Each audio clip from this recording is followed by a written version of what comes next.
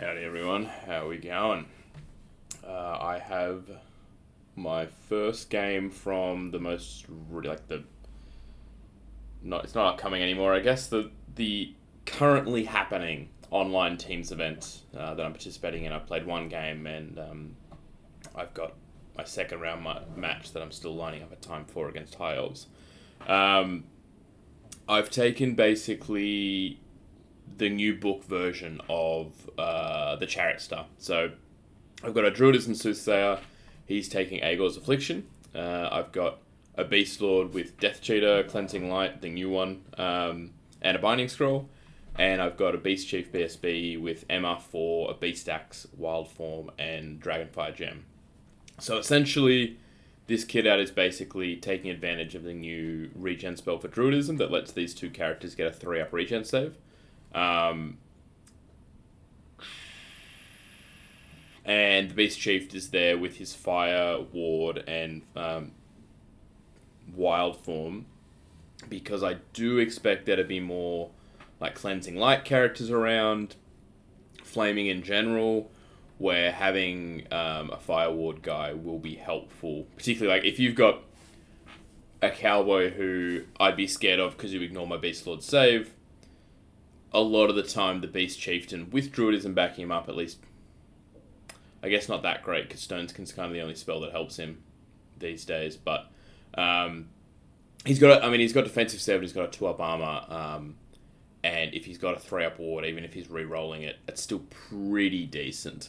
And with Wild Form, it means that he can take his strength to 6 with the Beast Axe. So that's sort of the balance there where I'm like, when I'm in trouble with Flaming, he might be able to help out. Otherwise, I maybe just need to 5-dice Stoneskin or something anyway, which is sometimes the strategy with the old Druidism anyway. Other than that, I've got pretty much the same sort of basis that I had on most of my other lists, like other Chariot style lists. So I've got the 40 Mongrels and the 2 Ambushing Wildhorns in core. I've still got 2 Gortaks, but now rather than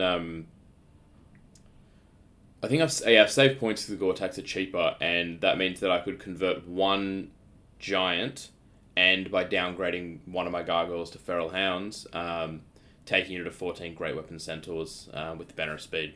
So I'm not 100% sure that's a great choice over the Beast Giant, but I do think that, or more specifically the 4th monster, because I think that having 2 Beast Giants when there's so much KoE around, I think there's still usually a lot of warriors around. And there's less demons. The AP0 is probably a problem, and I didn't like the matchups where it was bad having 2 Giants with that. So I think 1 gives me similar things where he still vanguards and causes trouble. Still super strong against demons, and like a lot of elves, and just generally like low armor things, but having 2 is a little bit of a sink, and I really like these Advanced 9 Centaurs, or Advanced 10 when they're next to the Beast Lord. So I'm happy to find a way to include them in this list, particularly because it gives me a 4th scoring unit. So in a way, this is both like an experiment and not an experiment, because it's still the Chariot Star, but it is quite a different sort of defensive kit out on the characters. It's very regen reliant. It's, I think, the first time that I've had that scoring unit outside of core. Or I've run this before maybe, but I didn't have the Mongrels. So the 4th scoring unit I expect to help with some of the issues that I've had. And yeah, I don't know, like the Centaurs are probably easier points to get than a Beast Giant, because it's easier to hide a Beast Giant. He's 7 wounds, so he's half as many wounds, but he's toughness 5. So, like against strength 3 bows, he's essentially twice as hard to kill. I think the Centaurs are going to die more often, just because they're sort of, that's only 14 toughness 4, 5-up armor save wounds, and they're striking at AG0. So in a lot of combats, you know, if you get them down to 6 models with shooting, they're not going to be able to fight many things anyway. But we'll see how it works out, and if it doesn't work, we'll iterate from there. Round 1, I had drawn Warriors, which I had it basically In my Matrix, I had it as a green because I know that Erdem really wanted to play. He was keen on it. And in these online events, I don't usually get that many chances of a good time zone. So having someone in New Zealand was really appealing to me. So I put it down as a green, but I thought it was more yellowish. Going through it, basically, he has double Exalted Herald. He's got an Adaptive Alchemy with a Binding Scroll.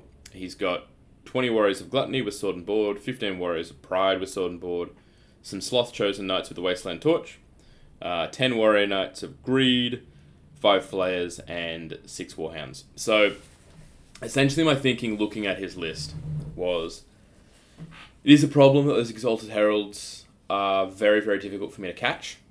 It is a problem that the Chosen Knights have the Wasteland Torch. But other than that, it's sort of, to me, I'm looking at this and going, what this list is 2 Heralds who, realistically, I mean, they can dance around, they can fight, but they can't fight healthy things of mine that haven't been, like, taken down with a bit of shooting. So, an Exalted Herald does not want to go into a unwounded Gortak, at least not to the front, basically. Not necessarily even because the Exalted Herald is odds on to lose, but because if the Exalted Herald dies, which is like very reasonable there, he loses a big part of his magic. He's risking way more points. It's just sort of like the Gortak is less important to me than a Herald is to him. So looking at this, I was like, the Exalted Heralds don't want to fight the Chariot Star. They have to do some wounds before they're fighting the Gortaks. So yes, they can get around and they can be annoying with their mobility that I might struggle to catch. But the Centaurs are going to be a good zoning tool because they don't want to get charged by Centaurs. They'd be happy charging the Centaurs, I assume, because Strength 6 is a big difference to 7 against them. But even then, they wouldn't want to charge the Centaurs in the front, I don't think, for the similar reasons as the Gortak. So yeah, basically that was always going to be a problem, but I didn't think it was going to be huge in terms of I have ways to mitigate it and their impact is maybe not so much anyway. And other than that, he's basically got 4 blocks that my single models are able to get around, and my chariots are at worst as fast with charging, and my centaurs are faster than. So, particularly with a buff, the centaurs can probably take the warrior knights. They're probably going to do a big chunk of damage to the warrior units. So they sort of are just projecting a threat of, heralds can't come here, and I'm a hand grenade elsewhere. But onto the game, because I don't want to waffle too much. Where are we? Okay, so essentially we got, the objective was capture the flags, and the deployment here, my opponent chose sides, so he chose the bottom and he chose big middle of whatever this is in circle, I think. And then I basically just decided to drop everything for first. So what I pretty much was deciding here was I don't want to shoehorn my chariots over into a corner where they can be counter-deployed and then not that useful. I want my centaurs where turn 1 charges they can be a threat, because that often surprises people. I figured that this hill was going to be a real... I was already ticked off. This hill is I've played on this map so many times. This hill is always annoying. Like, it seems like the whole game happens around it with things just hiding and taking time to get up on it because you can't go up onto it first turn because then your opponent's just going to charge you. And it's always just basically annoying. Monsters I really ummed and ahed on. So Gortaks are over here. Basically, maybe they can use this impassable terrain to their advantage to deny attacks coming in against them. But also they might just come back over and sort of hold this flank down if I need, depending on what he deploys. If I need time to sort of swing around, the Gortaks maybe don't need to push at all. On this side, it's sort of like a weaker flank, I guess, but I was looking at it thinking, the chariots are going to get up to sort of this region turn 1. The hill is annoying them, obviously, but, Giant can go Vanguard and then move 14 inches, so he could be in an annoying position. Otherwise, over here, I do sort of have time because the Centaurs are going to be projecting a big threat. I do have some chaff here. I've got other things I can bring in. I can also maybe just play the waiting game and bring these guys over while the Centaurs just scare things off. That's sort of my general thinking, but I wasn't really comfortable with my deployment. And one of the reasons is because I was really annoyed by the position of the hill. If I'd had big middle, I wouldn't care as much, but, you know, I'm either basically trying to focus my attacks on an advance when there's an impassable, basically blocking things, and the space that I could take is being divided, or line of sight's being blocked by this massive hill. So I really don't like this deployment type. I think it's just makes for annoying games in general, and I really don't like this hill on this map. But what can you do? So this is how he deployed, and this is where my Vanguards basically took me. So I should have done it with the labels, but these are the Gluttony Knights, these are the Pride Knights, his Sorcerer's in there, and then everything's sort of as it looks like dogs over here, flayers here. This Exalted Herald was the Veil Walker one, I think. Do I have a note on that? I should. Somewhere. The one with wings... No, the one with wings had Gravecall, Smite the Unbeliever, and Veil Walker. So that's this bad boy. And the other guy had Hellfire, Pentagram, and then he was the Strength 6 one with, Stubborn. Great. And then, yeah, the Alchemy Mage took Word of Iron, Glory of Gold, and Quicksilver Lash. He actually got off Quicksilver Lash on 3 dice onto my Chariots twice, despite MR4, which I thought was rude. Okay. So, what I'm looking at here is I've got a turn 1 charge possible into the Chosen Knights. Now, I'll talk you through my thinking, but it was the wrong choice. So I did declare it, and it was the wrong choice. So essentially I'm looking here going, that's cool, I can chaff both of these guys with my dogs, even if I fail it. My Giant will be in an annoying position then as well, not so much threatening them, but just sort of pestering the flank of these guys, maybe blocking the dogs from chaffing me, yada yada. I can sort of win the chaff game over there if I fail the charge. If I charge the Centaurs in, it's a fight that sort of slightly favors the Chosen Knights. It's like they average 9 wounds or something, and I average 7, I think, from memory. But that's without me casting any buffs. And I'm in range of all of my Druidism buffs over here, and I measured so I could get in range with my BSB, who was up the front of this unit. Who's up the front of the unit, by the way, because I thought I might have, when I deployed particularly, I thought I might be fighting these guys, and having my Fireproof guy there against the Wasteland Torch was very important. So I figured it's still quite a big risk, particularly on banners. But the Chosen Knights are the thing that are sort of most dangerous to me in his list. If I can do a massive chunk out of them, that's going to be really helpful, basically. Charging my Centaurs in will draw the Binding Scroll, because he's going to have to bind Stone Skin. So I pretty much just looked at it and went, look, this is a pretty risky combat with a chance to go poorly. But if I go in and flub, I've still drawn the Binding Scroll. I've still hopefully done a decent bit of damage to those Chosen Knights. That's pretty much my, my thinking there was I'll knock some wounds off them so they're a lot less scary to my characters. And I'll draw the Binding Scroll turn 1, even if it means that I'm now down 1 scoring unit and I'm down the Centaurs.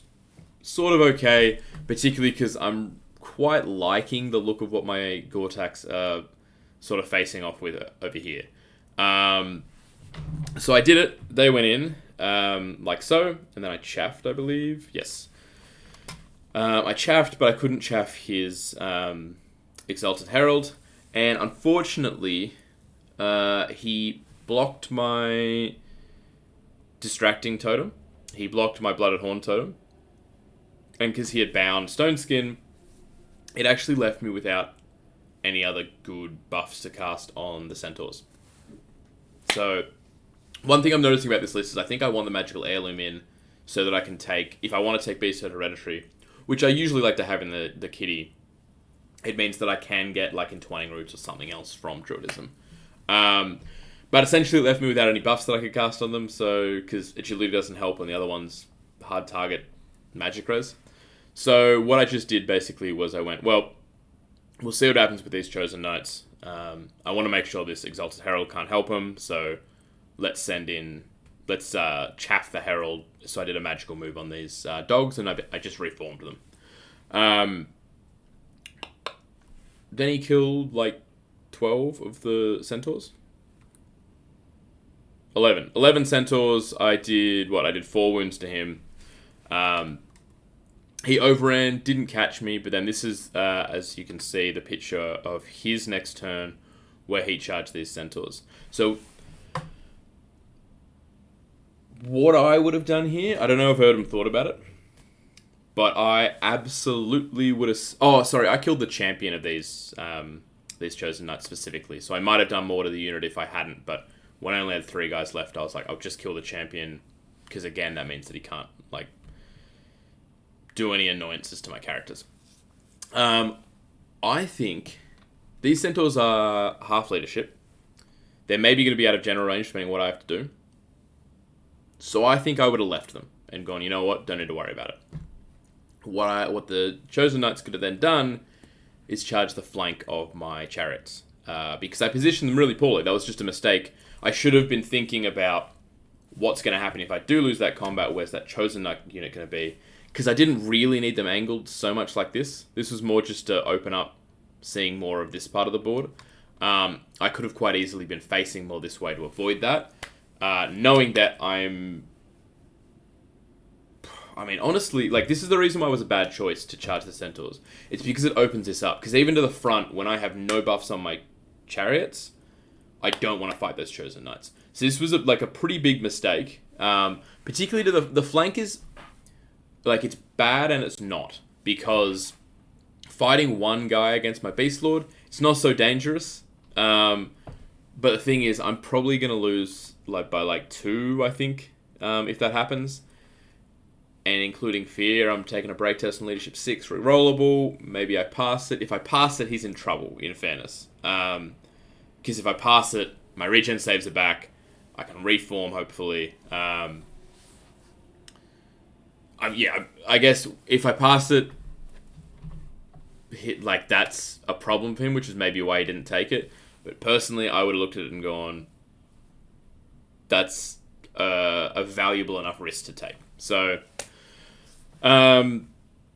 anyway, that's why the Centaur charge was a mistake, but I didn't get punished for it in the end, because these guys charged them, they caught them, but then they failed their pivot test. Which was, I think he rolled a 9 and went to move them around, but I was like, killed your champion. So that paid off in the end, I guess, because then they were over there a little bit out of the way. So I didn't hate the position. Let's get to it, I guess. Yeah, this is after his turn, I think. No, this is my next turn. Okay. So, yeah, also these flayers ducked into this gap so that they could be annoying later. So I basically just blocked off with the gargoyles so that they didn't have room to move around. I think they didn't have room to get around at all, even if they passed their march test.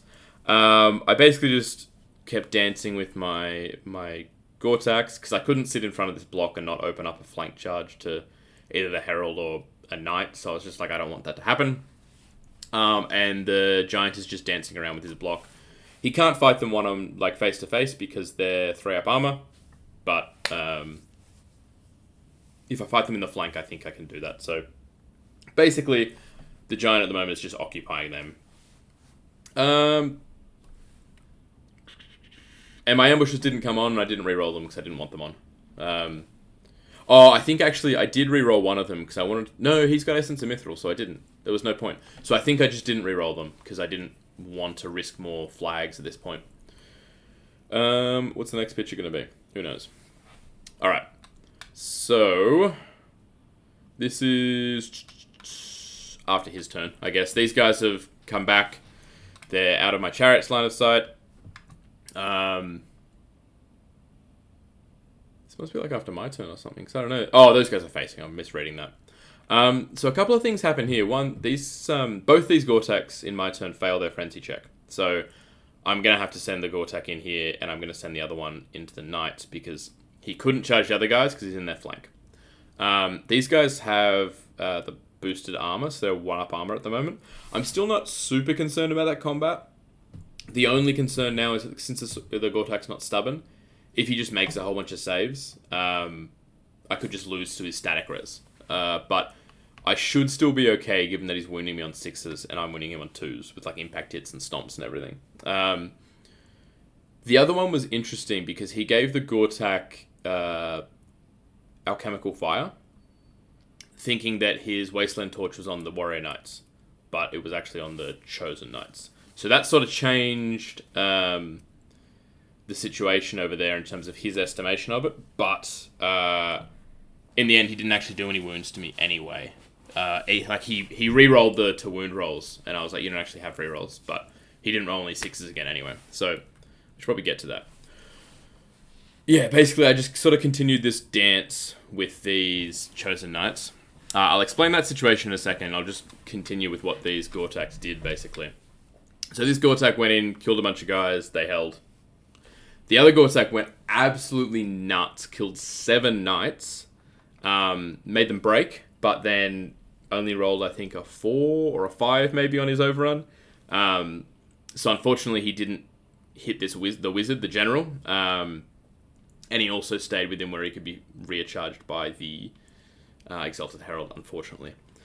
So my plan over on this hill was I chaffed the Exalted Herald with the gargoyles, and I brought these mongrels up essentially in a position where I was like, if he charges them, I should hold. Obviously, it's, a leadership break test with fear, so anything could really happen on leadership 8 rerollable. They do have... I did get Stone Skin, I think, which meant that he really couldn't charge them anyway. But the gap here between the Chariots and the Mongrels is like a bit less than 2 inches, basically, so that these... what are they called?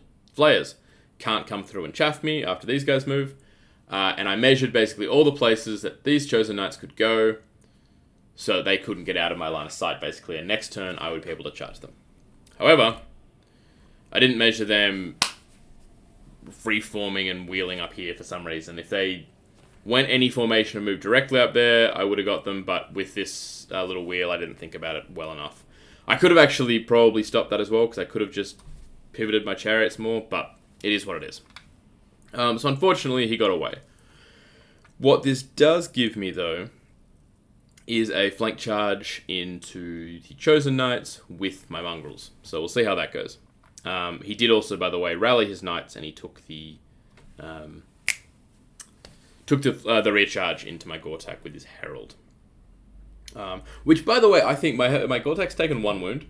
Personally, I think that's a bad choice, because I think that's just a recipe for... Like, you're unlikely with, 6 attacks, strength 6? You're unlikely to kill the Gortak, so he's going to strike back, and then I think that's a massive risk to take. As it turns out in the combat, my Gortak got 2 6s to wound, but he got a couple of other wounds as well, like 2 or something. But the Herald saved both of the 6s to wound. If he'd saved neither of them, there's a good chance that Herald, actually, I guess they got 5 wounds, so he probably wouldn't be dead. But anyway, what basically happened there was he won the combat. I did 1 wound to him because he made his saves, but I was steadfast, so I held. And then the next round of combat, I don't really know where we are. We're on his turn or my turn. But the next round of combat that happened over here, basically, he didn't do a single wound to my Gortak. So I got another chance to strike at him, and I still didn't kill him. But that one I shouldn't have gotten. So, in terms of where I still didn't do more wounds to him, it's not bad luck at all, because my Gortak had just lived when he only had 1 wound left. So, the fact that I was alive at all and his Herald was still stuck in combat was a good thing for me anyway. So it was still a lucky break, even though I didn't do any wounds to him. My Gortak over here, is just slowly growing down these Gluttony Warriors. So I will take this charge with the Mongrels over here into the flank of his Chosen Knights. It's actually, it seems like getting ranks and a banner into the flank of models where only 2 of them can fight you and they have no static res, is a great combat. But I was looking at the stats, and it's not that great. Like, because he's got 6 attacks hitting on 3s, wounding on 2s. Then he's got 4 attacks that are hitting on 4s, wounding on 2s, and 2 stomps. And he's -1 to wound. So even when I charge in and I activate my Strength 4 banner, I'm still winning him on 5s. I think the average was I should win the combat by like 2 or something. I'm not 100% sure what I did. But the result there was that he held. His flayers then chaffed my chariots and fun ensued. Basically, what sort of happens elsewhere for the rest of this game is the giant continues his dance and never does anything with these knights. They never fight each other. The warriors. These knights over here, they eventually just escape. The Gortak here dies, and the Exalted Herald runs away as well. The other Gortak had to be chaffed by his general, so he picked him up. After picking up the unit of Gluttony Knights, he just killed them to a man. Gluttony Warriors. So the main game is basically all over around this hill, where my mongrels are fighting with limited buffs against Chosen Knights. I've given them the Blooded Horn Totem, so they're AP 3, but they're still winning on 6s. So they're sort of trying to grind them down. And I'm setting up counter charges, but I need my boys to hold. So what essentially happens here is, we just continue fighting basically for quite a while. Until we get down to the combat that was just prior to this, which is when I think we might be missing a... so we basically missed my turn and his by the looks of it. So over the course of this combat and the next combat in his turn, these mongrels get down to only 5 models remaining. If it had been 4 models remaining, they would have broken. But because it was 5, they were still steadfast because I killed... he was down to 2 models. He had moved through in his turn to chaff me. Expecting that the mongrels were gone and just didn't want to, like, if he pursued them or whatever, didn't want to have to worry about it. But he didn't have much space when he chaffed me, because, like, his knights were still probably roughly in this formation. He didn't have much space. He could just get through the gap, and he only could get through that gap, in fact, because I forgot, after I killed a knight, that the reason the mongrels were there and the reason my characters were there is because I was stopping him from going through. And then I reformed that guy, made him 7 wide like an idiot, and let them get through. But then the position that he could get to, because it was still a pretty narrow gap, basically made it so that when my guys were 5 wide, there was no way that he could stop me from, on my overrun, clipping the Chosen Knights. So because those mongrels held for so long, it meant that in my final turn, my chariots could get in, kill that chaff, overrun to the Chosen Knights and kill them, which means that I was then up on objective, because I had killed his unit of Gluttony Warriors, and I'd killed his Chosen Knights, and the only scoring unit he'd gotten off me were the Centaurs. But unfortunately, in the last turn, 5 dice v4, he grave calls the mongrels, and he killed the 3 or the 2 remaining, unfortunately. So, would have been pretty big if they'd stuck, or if I'd been able to dispel that, because it would have been like an extra 225 points to me. I'm not sure if that would have been a bracket or not, but would have also been the objective. So, in the end, we drew objective. I think... No, this Gortak definitely lived. So basically, I lost a Gortak, I lost the Centaurs, I lost my Chaff. Was all I lost. Oh, and the Mongrels, obviously, in the last term. Whereas my opponent lost his Gluttony Warriors, his Chosen Knights, his Chaff, and his General, the Wizard. So, small points victory to me was a 12-8. There were a lot of moments... I can't really remember them specifically now. There were a lot of moments of, like, crazy dice in the game. Like, particularly sometimes my Gortaks were attacking, I was getting, like, 10 hits. But I think overall, it was relative... Like, I think I was the luckier player overall. But I think it was relatively balanced in terms of the actual important moments. So there were some pretty egregious instances where my opponent like had just awful dice.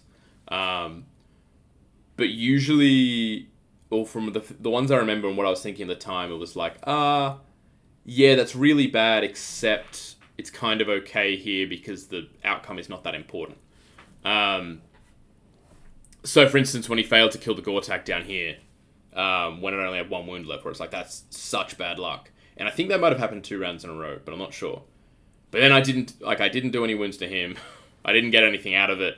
So it sort of didn't really matter, except for potentially what this Exalted Herald could have done if he'd been free like 1 turn earlier. Because I think Erdem missed 1 combat or 1 movement phase because of how long the Gortak somehow managed to stay alive. So maybe that could have been significant there, but the end result there was basically like my Gortak died, took a little bit longer than expected, but your Exalted Herald was totally fine. So I think, yeah, like there's definitely some things that I would do different in the game. I wouldn't charge the Centaurs turn 1, but I also think I still am sort of happy with the matchup as like thinking it's a yellow, and I think with different deployment, different map, I would have been able to handle some of the things much better because I felt like I was in a pretty bad situation just from losing the roll for sides in this game. So that was a little bit like frustrating, I guess, that I didn't feel like I had a very good chance, and it wasn't list, it wasn't play, it was that I'd lost the roll for sides, and I was like, oh, in this deployment combo with this map, it's super important. But then I got a little bit of luck in the game, so I guess it all just sort of balances out, right? Anyway, yeah, so that was a 12-8 win to me. This report's been pretty long. I don't know, must have just rambled a bit. So I'll cut it now, and I'll catch you guys for the next one. Thanks, guys.